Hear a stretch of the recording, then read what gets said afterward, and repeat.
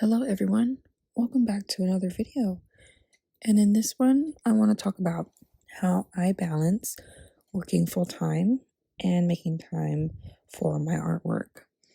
And I will just start this off by saying that it is not easy and it's gonna take some work to figure things out on how you're gonna work around a schedule while also focusing on things that you want to do like art.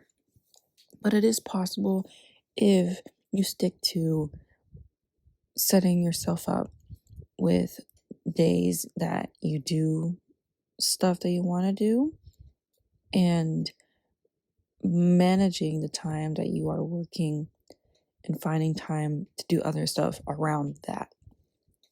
So my first point would be, if I didn't insinuate it already, keeping a schedule, especially if, say, you have a very fluid and flexible schedule. I'm going to share from my personal experience. I work a job that the hours are not consistent. Some days I'll work maybe like 9 in the morning until like 5 in the afternoon. Or sometimes I'll pick up a shift that's like 12 in the afternoon all the way until like 9 at night. Sometimes, and it has happened before, where I have picked up a shift that was around 3 o'clock in the afternoon and it was going on way past midnight the next day. So my schedule is never consistent. It never has a set schedule. And so finding time to make art is significantly more difficult than, say, you work like 8 to 4 every single day. And it never changes from that. So if you're like me, I recommend keeping a schedule once you do have it, and try to find times around your work schedule of what you can do for yourself or for art or anything else that you want to make time for. It is imperative that you keep up with this schedule because sometimes it's easy to just get lost after you're done with work. Maybe you're too tired, or maybe you forget what you want to do, especially in the beginning. If you're not used to keeping a schedule or having a calendar and following it. So I recommend putting it on your phone, but also writing it down somewhere so that you have it in both places. The writing it down is supposed to help you remember, because writing things down physically actually helps your memory more than if you were to type it out on a digital thing like a phone or computer or tablet, like that type of stuff. But I say keep it in your phone as well, is because everyone typically has their phone on hand. And if you put it in a calendar, like say if you have like an Apple phone, if you put it in your calendar, it will actually ping like a reminder a few hours before you have to do it, or however you set that up. And you just have that physical reminder in front of you if you don't have your written one close by. So that's what I would say, keep a schedule. And it will also help with any reminders that you may need for being consistent with that. Kind of similar to, the calendar thing, but a tad bit different when you're actually doing things. I would also set timers, not even just for whenever you're creating art. I would set timers for other things as well. Like say, maybe you have the day off, but maybe you have other things to take care of. Like say you want to wash a car, or you want to clean up the house, or you want to meditate, do all types of stuff like that for yourself, but you also want to make time to work on personal projects. I would set timers for each of those things so it doesn't feel like you're spending too much time on one thing, or you're not setting time away for other things that you want to do or you need to do, like the creating stuff part. So yeah, I would just set timers. And it doesn't even have to be long timers. Like for example, sometimes like if I need to clean a certain space that's super cluttered, I may feel like I need to clean it all in one go because that's just how my brain works. But I set a timer for about 30 minutes and I get as much done within that 30 minutes. And then I'll just leave it alone and I'll pick up back where I started the next time I have time to do that. So that's one example, but another could be like with art. And for this one, if you haven't seen the first video of when I sketched out most of this, I would check it out. I'll leave it in the card. But I have set up a timer for about an hour of just straight creating. And I came up with that and I set it aside and then I pick it up now as you see how I'm working on it for this video. But yeah, so it doesn't have to be very rigid like, oh, setting time just for personal projects. Or I only set time for personal like care things. No, you can also set timers for both.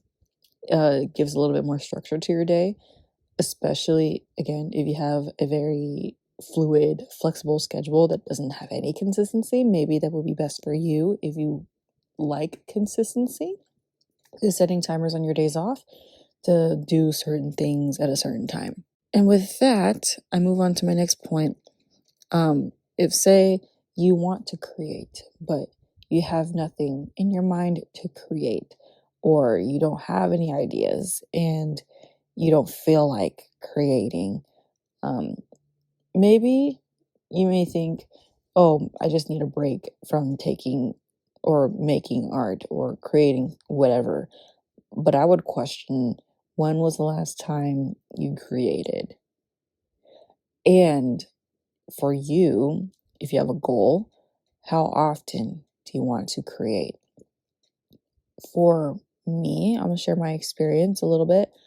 I personally don't create as much as I would like, just because, one, of course, my schedule, but two, I don't put time away sometimes, and I need to. Those are the first two bullets. But three, I also don't do studies as often as I should.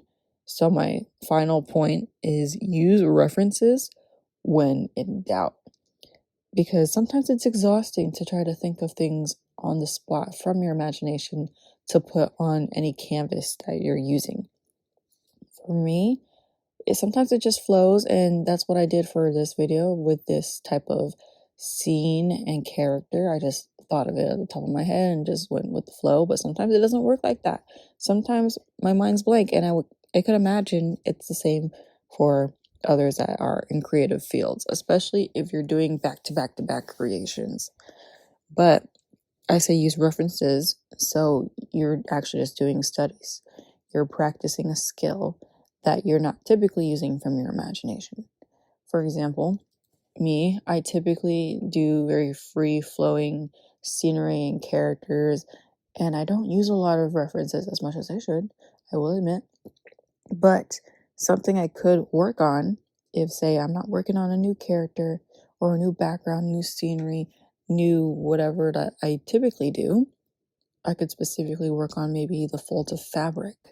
Maybe I can work on different lighting sources and how to color things a different way using contrasting colors versus like my typical is like the warm and cool, like warm light, cool shadow type of coloring. But maybe I can use something more iridescent, or maybe I can try to sketch things in a different point of view, like fisheye, or do a different perspective altogether. Those are just a few things that I could personally work on, but I'm sure as a creative, you also probably have things that you would want to work on. And I would think about those things and I'll put time away for that if you can't think of something to create from your own mind. But yeah, so I'm going to repeat all of the three things that I discussed in this video, which is one, keeping a schedule, because without a schedule, there won't really be much time to do anything else, or you may lose track of your time and they'll be spent doing something else when you prefer to do it, or do things a certain way or a certain time. I don't know if that made sense. I brain farted for a second, but no, yeah, keeping a schedule is imperative. if you want to complete things that you want to complete. And please follow it, because if you don't, you will get sidetracked and do other things and then think about, oh, I could have done this during this time.